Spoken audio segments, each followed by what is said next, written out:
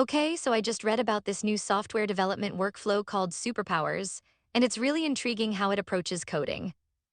Oh, I've heard of that. It's not just about writing code, right? It starts by asking what you're really trying to do first.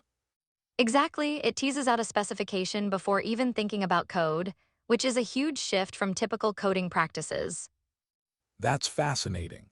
I mean, it makes sense to clarify the goal first, but doesn't that slow things down initially?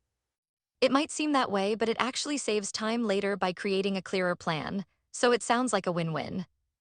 But what if the initial spec is flawed? Wouldn't that lead to wasted effort down the line? Good point, there's definitely a risk there. It relies on good communication to ensure that initial design is solid. Right, and once that's done, it breaks it down into manageable chunks for implementation. That's smart. Totally, each task is designed to be completed in just a few minutes. It's like bite-sized coding. But isn't there a concern that individual tasks might lose sight of the bigger picture? That's a valid concern. It seems like the system tries to maintain alignment with the overall goals, but it can be tricky. And what about this sub-agent-driven development? It sounds so sci-fi. I know, right? It delegates tasks to subagents which can work autonomously for a bit. It's like having a whole team. That's pretty cool, but I wonder how well those sub-agents handle complex tasks. Can they adapt? They review their own work, but there's always a limit. If they hit something unexpected, can they really pivot? True, it's a balance between autonomy and oversight. So, I assume there's still some human review involved. Yes, there are checkpoints to ensure everything aligns with the plan, which is reassuring. Speaking of plans, the emphasis on test-driven development is refreshing. Is that a core philosophy? Absolutely, they advocate for writing tests first, which is crucial for maintaining quality throughout. I love that. It's like having a safety net. But what happens if tests fail? Then you refactor, of course. It's all about that red-green refactor cycle, keeps things tight. Interesting. I guess it forces developers to really think about their code before jumping in. Exactly, and it encourages simplicity, which is a huge advantage. Complexity often leads to more bugs. That's a good point. But are there any downsides to this kind of structured approach? Well, some might argue it could stifle creativity or flexibility in coding. What do you think? I see that. Sometimes being too rigid can limit innovative solutions. It's a fine line to walk.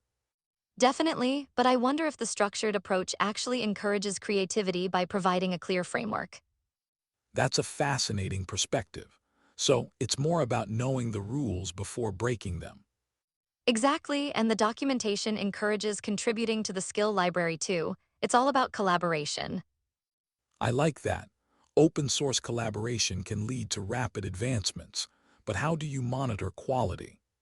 Quality checks are built into the workflow. They review against the plan, which helps maintain standards. That's reassuring. I guess it's all about finding that balance between structure and freedom. Absolutely, so if we put all this together, it seems superpowers could really enhance productivity.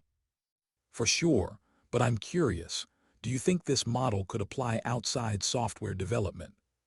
That's an interesting thought. Could we use similar structured approaches in project management or design? I think so. It could streamline workflows in various fields, reducing miscommunication. And that could lead to better outcomes overall. It's all about clear communication and organization.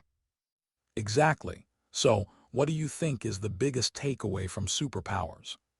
For me, it's the importance of planning before execution. It really resonates across disciplines. I agree. Having a solid foundation can transform the way we tackle challenges, no matter the field. And maybe we could use some of these principles in our everyday problem solving too. Absolutely. It's all about refining our approach and embracing structured thinking. So what's next? Do we dive deeper into superpowers or explore how these ideas can fit into our work? Let's do both. There's so much potential here, and I'm excited to see how it evolves. Definitely, this is just the beginning of our journey into structured workflows. Let's keep exploring.